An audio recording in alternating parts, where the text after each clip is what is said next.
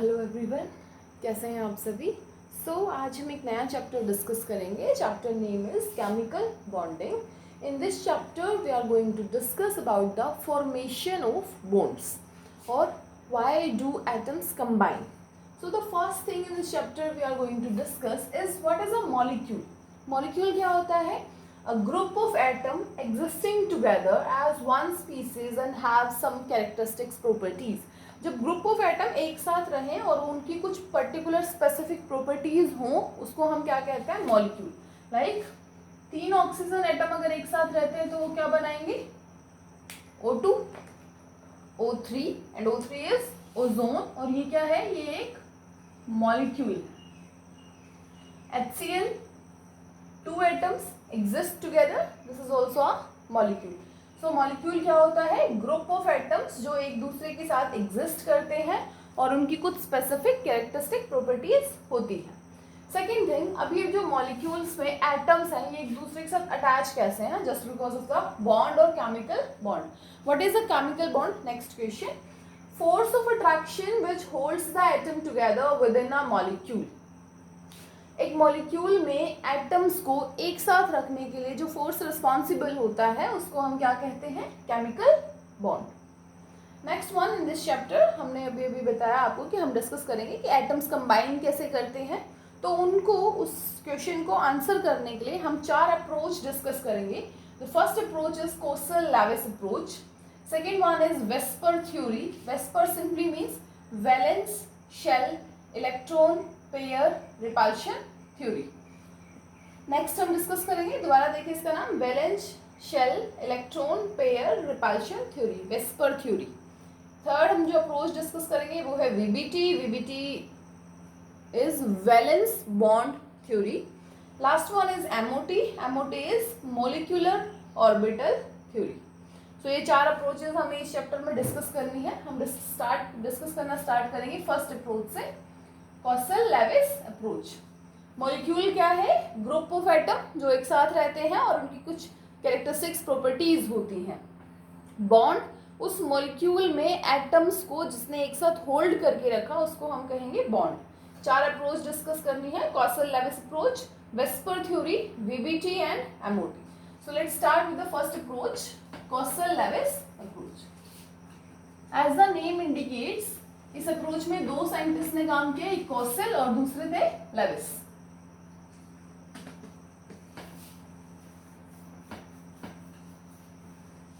So the first approach we are going to start is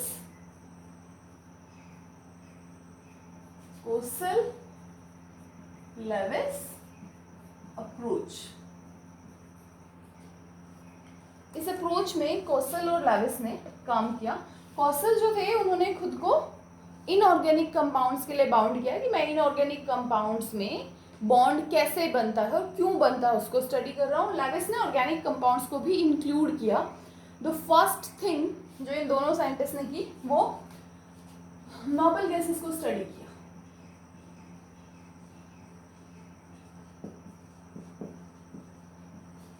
अब हमारी noble gases हमने 3rd chapter में discuss किया, ग्रुप 18 तो नोबल गैसेस कहते हैं। They are also known as zeroth element, zeroth group, या हम इन्हें इनर्ट गैसेस भी बोल देते हैं। जो नोबल गैसेस हैं वो ग्रुप 18 के मेंबर होते हैं, उनको हम जीरोथ ग्रुप भी बोलते हैं या हम उनको इनर्ट गैसेस भी कहते हैं। इस ग्रुप के मेंबर से helium, neon, argon, krypton, xenon, radon. Their electronic configuration is 2, 2, 8, 2, 8, 8, 2, 8, 18, 8 and 2, 8, 18, 18, 8, 2, 8, 18, 32, 18 and 8. तो जब उन्होंने नोबल गैसेस को स्टडी किया तो उन्होंने क्या चीज़ देखी कि आउटर मोस्ट शेल में 2 या 8, अगर इन दोनों में से कोई नंबर होगा तो वो स्टेबल इलेक्ट्रॉनिक कॉन्फ़िगरेशन होगी। नोबल गैसेस को स्टडी किया, इलेक्ट्रॉनिक कॉन्फ़िगरेशन को देखा और उन्होंने कहा कि अगर आउटर मोस्ट शेल में 8 इलेक्ट्रॉन्स है तो उसको हम कहेंगे स्टेबल इलेक्ट्रॉनिक कॉन्फ़िगरेशन। उसको क्या कहेंगे? Stable electronic configuration. किसको? 8 इलेक्ट्रॉन्स इन वैलेंस शेल। अगर आउटर मोस्ट शेल में 8 इलेक्ट्रॉन्स है तो उनको क्या कहा कौशल और लेविस ने? कि वो स्टेबल इलेक्ट्रॉनिक कॉन्फ़िगरेशन है। अब हमारी पीरियोडिक टेबल के जो बचे हुए एलिमेंट्स हैं या बचे हुए एटम्स हैं वो क्या करेंगे? वो इस कॉन्फ़िगरेशन को अटेन करना चाहते हैं। So for attaining this configuration वो बॉन्डिंग में पार्टिसिपेट करते हैं। सो उनका जो ये पॉइंट था जिसमें उन्होंने कहा कि 8 इलेक्ट्रॉन वैलेंस शेल में होंगे तो वो स्टेबल इलेक्ट्रॉनिक कॉन्फ़िगरेशन होगी, उसको उन्होंने एक रूल में कन्वर्ट किया और उस रूल का नाम दिया octet rule.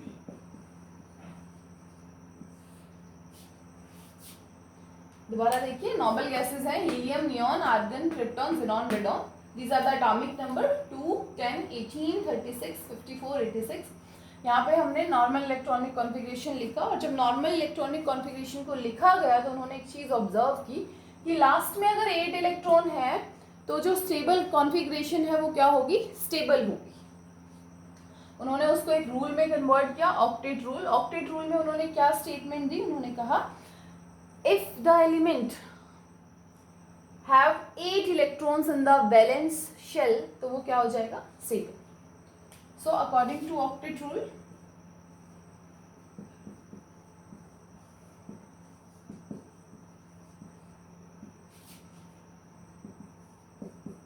if the elements have 8 electrons in outermost shell then it becomes the stable electronic configuration and non-reactive also। अगर 8 इलेक्ट्रॉन आउटर मोस्ट शेल में है, देखो नोबल गैसेस के लिए लिखा मैंने वर्ड नॉन रिएक्टिव, क्योंकि कौशल लेविस के अकॉर्डिंग जो स्टेबल है वो रिएक्ट नहीं करेगा। सो हमारे और एलिमेंट्स क्या करेंगे? वो अपनी आउटर मोस्ट शेल में 8 इलेक्ट्रॉन लेने का ट्राई करेंगे। और वो ये चीज़ कैसे करेंगे? आइदर बाय गेनिंग और लूजिंग द इलेक्ट्रॉन और बाय शेयरिंग द इलेक्ट्रॉन। तो यहाँ पे एक और चीज़ ध्यान रखिए, there is a sequence 2, 8, 8, 18, 18, 32. The sequence is magic numbers 2, 8, 18, 18, 2, 8, 8, 18, 18, 32। Last वाला इनकम्प्लीट है, उसमें 29 एलिमेंट्स होते हैं। These are magic numbers। In numbers की हेल्प से हम इजीली पीरियोडिक टेबल को मेमोराइज कर सकते हैं, याद रख सकते हैं। कैसे? फर्स्ट पीरियड के अंदर कितने एलिमेंट्स होते हैं? 2, सेकेंड के अंदर 8, थर्ड के अंदर 8, फोर्थ के अंदर 18, फिफ्थ के अंदर भी 18, सिक्स के अंदर 32 क्योंकि वहाँ पे एफ ब्लॉक एंटर कर जाता है, एंड लास्ट में 29। एफ ब्लॉक तो है बट पी ब्लॉक के एलिमेंट्स अभी तक डिस्कवर नहीं हुए हैं, सो वो भी कैसा रहता है? इनकम्प्लीट रहता है। क्लियर? नोट कीजिए इसको। उसके बाद हम डिस्कस करेंगे the ways by which an element satisfy octet rule or try to complete its electronic configuration। Note कीजिए इसको। सो नेक्स्ट हम डिस्कस करेंगे कि एटम जो है वो किस तरीके से कंबाइंड होते हैं या फिर एक एलिमेंट अपनी इलेक्ट्रॉनिक कॉन्फ़िगरेशन को स्टेबल करने के लिए क्या कर सकता है। तो वो दो प्रोसेस करता है। First one, complete transference of electron, completely electron को ट्रांसफर कर दे, and the number of electrons transfer, जितने भी इलेक्ट्रॉन को वो ट्रांसफर करेगा या तो उसको गेन करेगा या लूज करेगा, वो क्या रहेगी? उसकी इलेक्ट्रोवैलेंसी। उसको क्या कहेंगे हम? इलेक्ट्रोवैलेंसी। वैलेंसी क्या होती है? Simply number of electrons in the outer most shell. अब वो जितने भी इलेक्ट्रॉन को ट्रांसफर करेगा कंपाउंड बनाने के लिए या मॉलिक्यूल बनाने के लिए, उनको हम कहेंगे इलेक्ट्रोवैलेंसी। यहाँ पे जो बॉन्ड की फॉर्मेशन होगी उसको हम कहते हैं इलेक्ट्रोवैलेंट बॉन्ड। जो बॉन्ड बनेगा उसका नाम क्या होगा, electrovalent bond, and the compounds are known as ionic compounds. और इनको हम आगे डिस्कस करेंगे कि आयनिक कंपाउंड्स में कौन कौन से प्रोसेस होते हैं और कैसे आयनिक कंपाउंड्स बनते हैं। इलेक्ट्रोवेलेंट बॉन्ड को हम आयोनिक बॉन्ड भी कह सकते हैं। दोबारा देखिए इस पॉइंट को, कितने इलेक्ट्रॉन्स का उसने ट्रांसफर किया है वो उसकी क्या बन जाती है, इलेक्ट्रोवेलेंसी। सिंपली एग्जांपल देखिए, सोडियम एक इलेक्ट्रॉन को लूज करता है, Na पॉजिटिव प्लस 1 इलेक्ट्रॉन, तो सोडियम की इलेक्ट्रोवेलेंसी क्या हो गई, 1। जितने भी इलेक्ट्रॉन्स को लूज करेगा या गेन करेगा वो नंबर क्या बन जाएगा, इलेक्ट्रोवेलेंसी, बाय शेयरिंग ऑफ इलेक्ट्रॉन। अब इलेक्ट्रॉन की शेयरिंग दो तरीके से हो सकते हैं। मान लीजिए this is our first atom and this one is our second element. दोनों एटम्स ने अपने एक एक इलेक्ट्रॉन को शेयर कर लिया, दोनों ने अपने एक एक इलेक्ट्रॉन को शेयर किया। एक इलेक्ट्रॉन ए ने डोनेट किया और दूसरा इलेक्ट्रॉन बी ने डोनेट किया, और दोनों ने शेयरिंग की। इस टाइप से जब शेयरिंग होती है तो हमारे पास बनता है covalent bond. Such sharing results in covalent bond. Sharing एक और तरीके से होती है। सिंपली ए के पास 2 इलेक्ट्रॉन है और बी के पास वैकेंट ऑर्बिटल है। बी के पास कुछ नहीं है, दोनों इलेक्ट्रॉन ए के पास हैं और उन्होंने शेयरिंग की।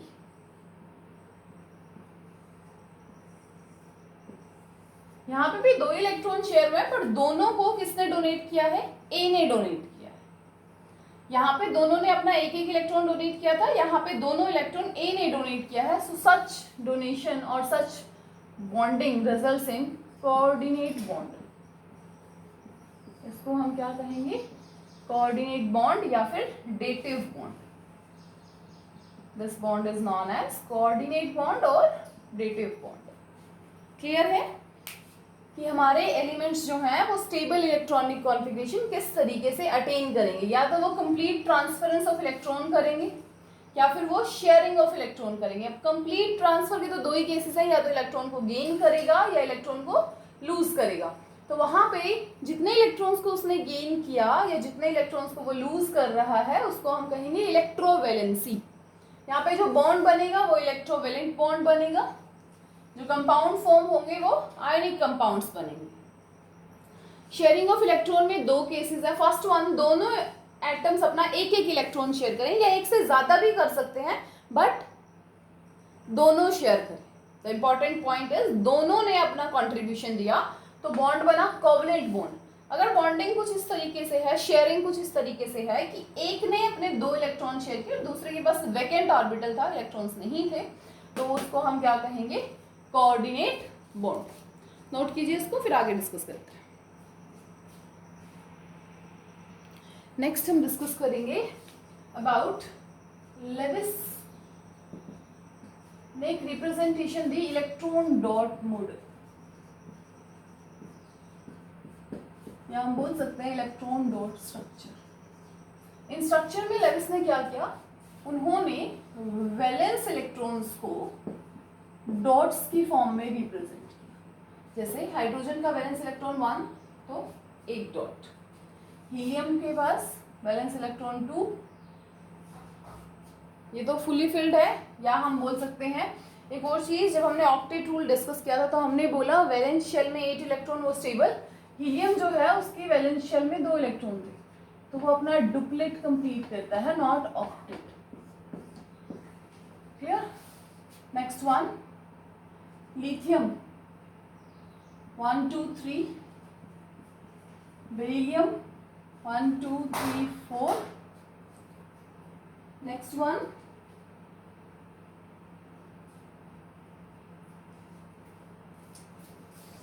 wait a minute, the valence electrons of lithium is 1, beryllium के पास 2, कॉन्फ़िगरेशन कैसे लिखते हैं, 1s2 2s1, तो valence electron 1, 1s2 2s2, valence electron 2, boron 1 2 3, 1s2 2s2 2p1, valence electron 3। तो इस तरीके से वैलेंस इलेक्ट्रॉन्स को हम कैसे रिप्रेजेंट करेंगे, with the help of dots. Carbon के लिए स्ट्रक्चर क्या हो जाएगा 1 2 3 4, नाइट्रोजन के लिए 1 2 3 4 5, ऑक्सीजन के लिए 1 2 3 4 5 6। तो जो लेविस ने ये representation the electron dot structure का, इसका बेनिफिट क्या था या इससे हमें क्या पता चला? इससे हमें डायरेक्टली नॉर्मल वैलेंसी के बारे में पता चला।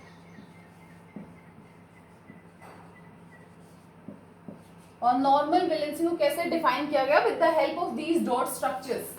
लिथियम के वैलेंस शेल में 1, बेरिलियम के वैलेंस शेल में 2, बोरोन के वैलेंस शेल में 3, कार्बन के वैलेंस शेल में 4, नाइट्रोजन के वैलेंस शेल में 5 इलेक्ट्रॉन्स हैं और ऑक्सीजन के वैलेंस शेल में 6 इलेक्ट्रॉन्स है। फ्लोरीन के वैलेंस शेल में 7, 1 1 2 3 4 5 6। So with the help of these electron dot structures we are able to calculate normal valency. Normal valency equals to number of dots. There are two cases, number of dots if dots less than equal to 4. अगर dots 4 से कम है या 4 के बराबर हैं तो हमारी dots ही किसके इक्वल हो जाएंगी? नॉर्मल वैलेंसी के। And second one is 8 minus number of dots. कब? When dots greater than 4। अगर डॉट्स 4 से ज्यादा हैं तो नॉर्मल वैलेंसी कैसे निकालेंगे? 8 minus number of dots. Simply nitrogen number of dots are 5, so normal valency is 8 minus 5, 3 is our answer. Oxygen कितने electrons? 1 2 3 4 5 6, तो क्या हो जाएगा 8 minus 6, आंसर इज 2। तो लेविस ने एक representation the electron dot structure. उस रिप्रेजेंटेशन में उन्होंने क्या किया? वैलेंस इलेक्ट्रॉन्स को डॉट से रिप्रेजेंट किया। या मैं कुछ एग्जांपल्स लिख के इन इलेक्ट्रॉन डॉट स्ट्रक्चर का बेनिफिट क्या था? यहाँ से हमें नॉर्मल वैलेंसी के बारे में पता चला। नॉर्मल वैलेंसी दो तरीके से आप कैलकुलेट कर सकते हैं। First, equals to number of dots if the dots are less than equal to 4। अगर डॉट्स हमारी 4 से कम है या 4 के बराबर है तो नॉर्मल वैलेंसी इसके इक्वल हो जाएगी। और नॉर्मल वैलेंसी इक्वल होगी 8 माइनस नंबर ऑफ डॉट्स के अगर डॉट्स 4 से ज़्यादा है। नोट कीजिए। उसके बाद हम स्टार्ट करेंगे फॉर्मेशन ऑफ इलेक्ट्रोवैलेंट बॉन्ड और आयोनिक बॉन्ड कैसे बनते हैं। नोट कीजिए इसको। सो नेक्स्ट हम डिस्कस करेंगे फॉर्मेशन ऑफ इलेक्ट्रोवैलेंट बॉन्ड और आयोनिक बॉन्ड।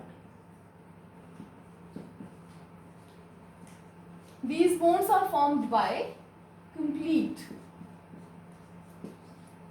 transference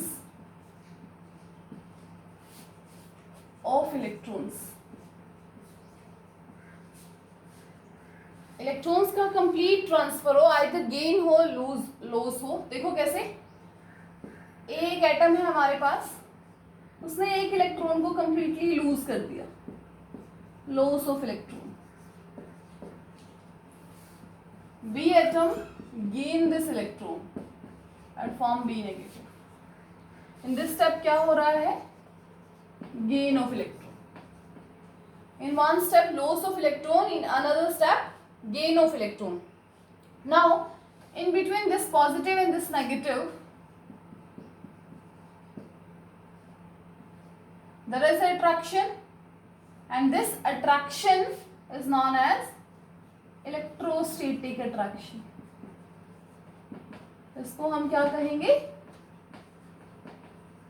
इस अट्रैक्शन का नाम क्या हो जाएगा? जो प्लस और माइनस के बीच में है, इलेक्ट्रोस्टैटिक अट्रैक्शन और coulombic attraction.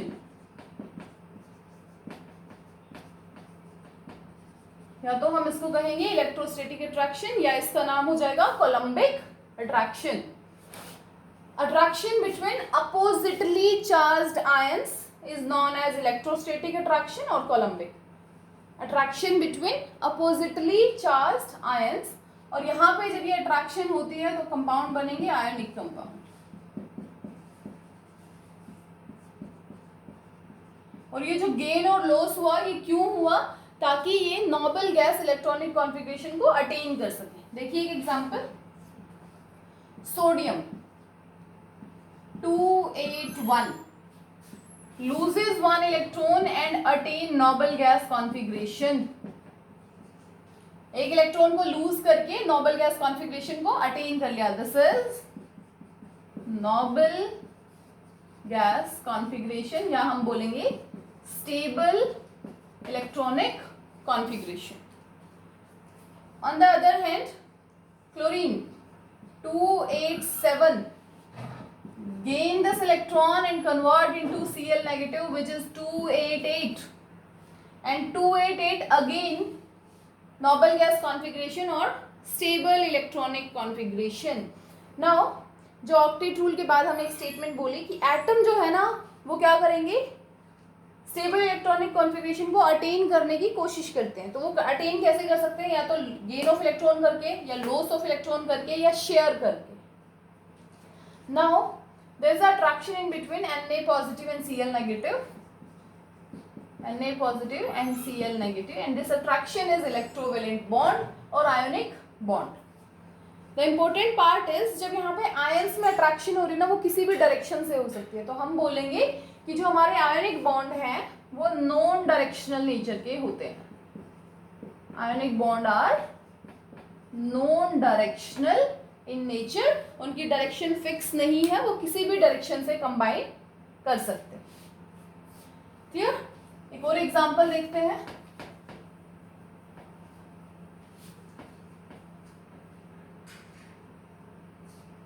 Formation of aluminium chloride they, aluminium 283. Aluminium chloride की फॉर्मेशन से पहले इसका इलेक्ट्रॉन डॉट रिप्रेजेंटेशन देखते हैं. Sodium valence electron 1, chlorine valence electron 1 2 3 4 5 6 7. Halogen family का मेंबर है तो इसकी वैलेंस इलेक्ट्रॉन है 7, इसका वैलेंस इलेक्ट्रॉन है 1.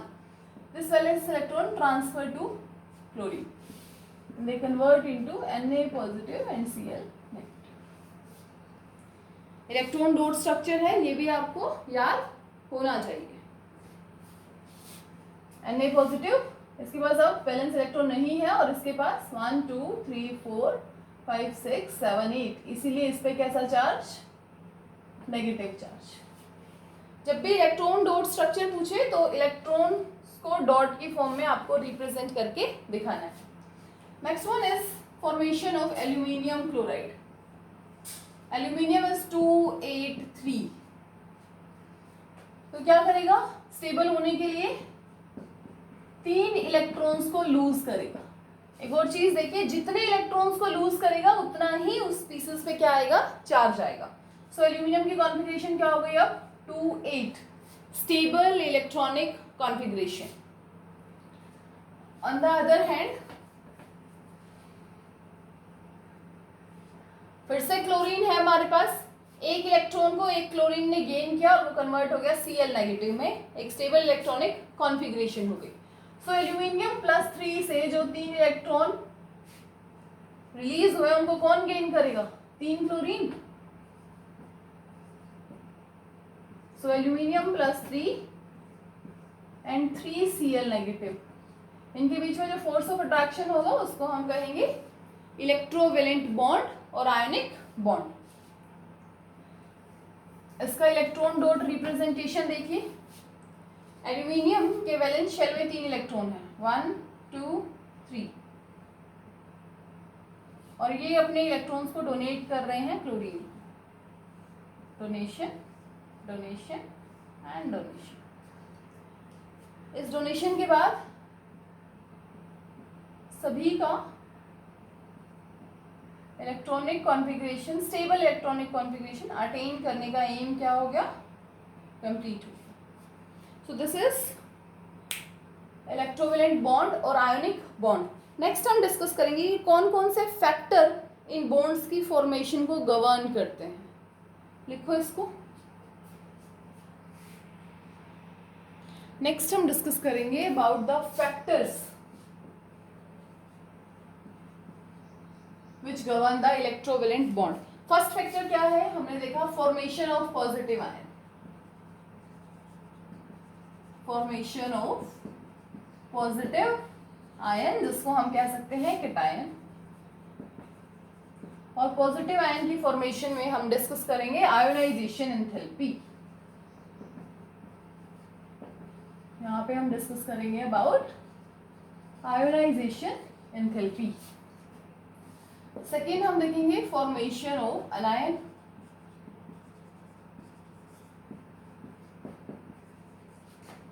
फॉर्मेशन ऑफ नेगेटिव आयन, अनायन, और यहां पे हम देखेंगे इलेक्ट्रॉन गेन एंथैल्पी, या आप इसको कहेंगे इलेक्ट्रॉन एफिनिटी,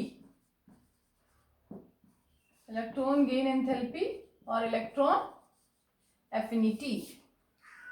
लास्ट वन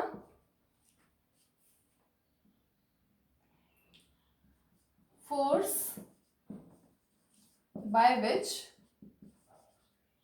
ये पॉजिटिव आयन और ये पॉजिटिव आयन एक साथ है, force by which the positive ion and negative ion hold together, जिसमें इन दोनों को एक साथ होल्ड करके रखा गया है। यहां हम पढ़ेंगे अबाउट लेटिस एंथैल्पी। सो अब हमें तीन फैक्टर्स के बारे में डिस्कस करना है। पहला, पॉजिटिव आयन बना, वहां पे हम बोलेंगे आयोनाइजेशन एंथैल्पी। नेगेटिव आयन बना, वहां हम कहेंगे इलेक्ट्रॉन गेन एंथैल्पी। पॉजिटिव और नेगेटिव आयन आपस में कंबाइन हुए, वहां पे हम वर्ड यूज करेंगे lattice enthalpy. So let's start with the first factor, ionization enthalpy. क्या होता है ionization enthalpy? It is simply the energy which is required to remove the outermost electron from isolated gaseous atom. So ionization enthalpy क्या है? The amount of energy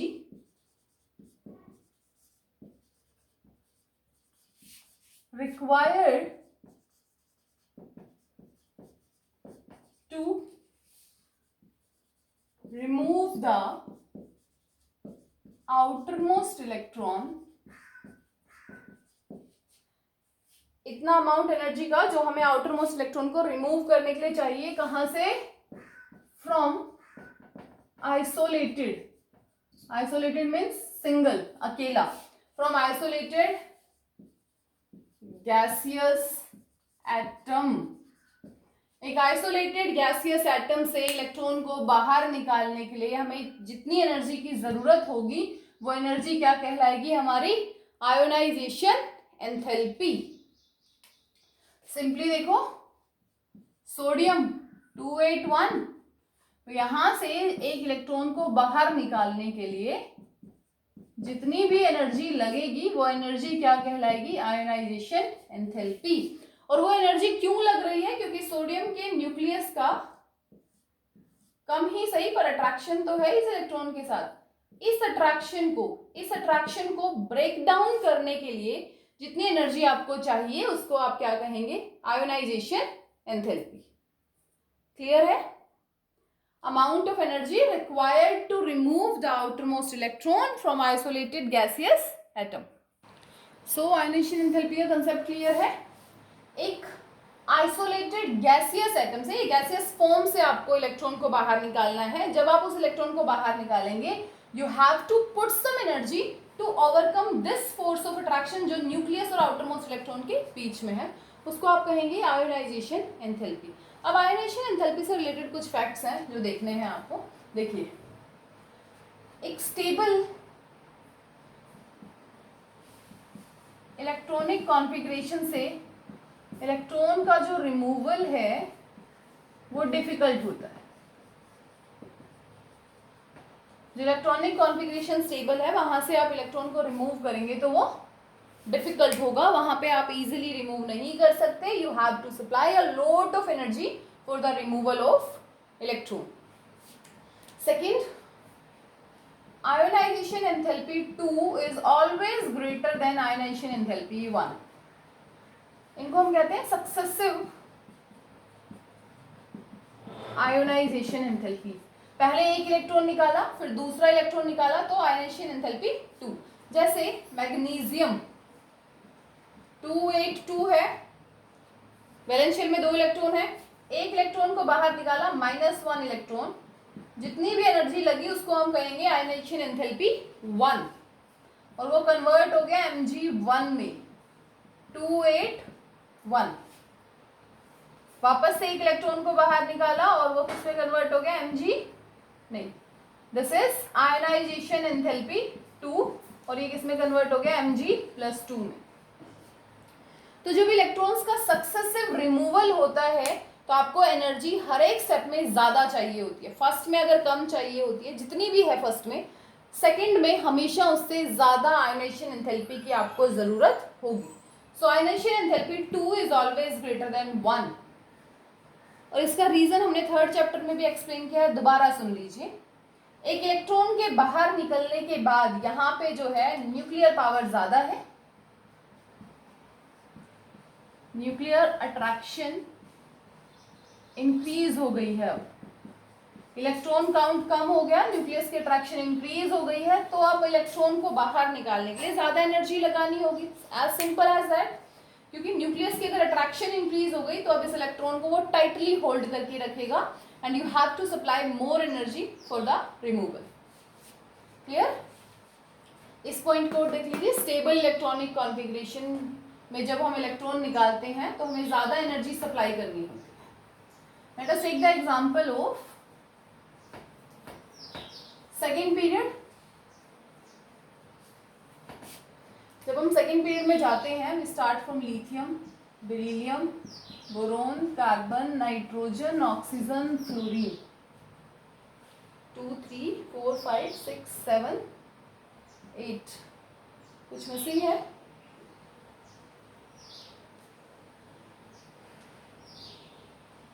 clear?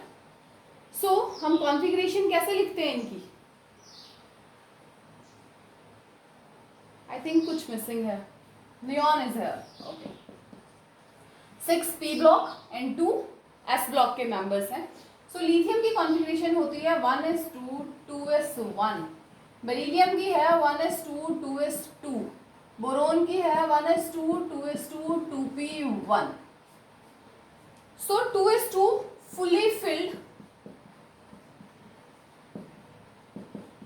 ये fully filled है तो ये extra stable होगा। Beryllium 1s2 2s2 is fully filled electronic configuration, so this one is extra stable. दूसरा case अगर हम यहाँ देखें, नाइट्रोजन क्या होता है 1s2 2s2 2p3, और oxygen 1s2 2s2 2p4। Exactly half field, fully filled था या फिर हम बोलेंगे हाफ फिल्ड।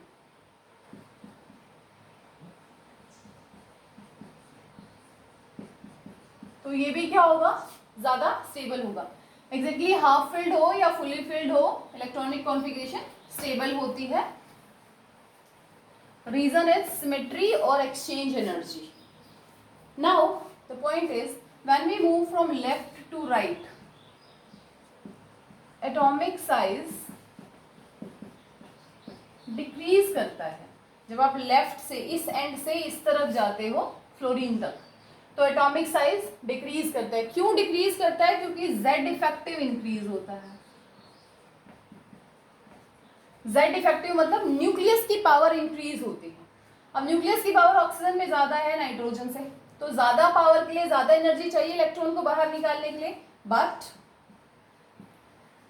क्योंकि नाइट्रोजन की कॉन्फ़िगरेशन स्टेबल है, तो नाइट्रोजन की जो आयोनाइजेशन एंथैल्पी 1 है वो ग्रेटर रहेगी आयनाइजेशन एंथैल्पी 1 ऑफ ऑक्सीजन से। ज्यादा होनी चाहिए थी ऑक्सीजन की, अकॉर्डिंग टू द पॉइंट कि atomic size left to right decrease होता है, Z इफेक्टिव इंक्रीज होता है। बट ज्यादा किसकी है? नाइट्रोजन की। क्यों ज्यादा है नाइट्रोजन की आयनाइजेशन एंथैल्पी? क्योंकि उसकी इलेक्ट्रॉनिक कॉन्फ़िगरेशन स्टेबल है। एग्जैक्टली हाफ फिल्ड है तो उसका स्टेबिलिटी का नेचर ज्यादा है, ऑक्सीजन का कम है।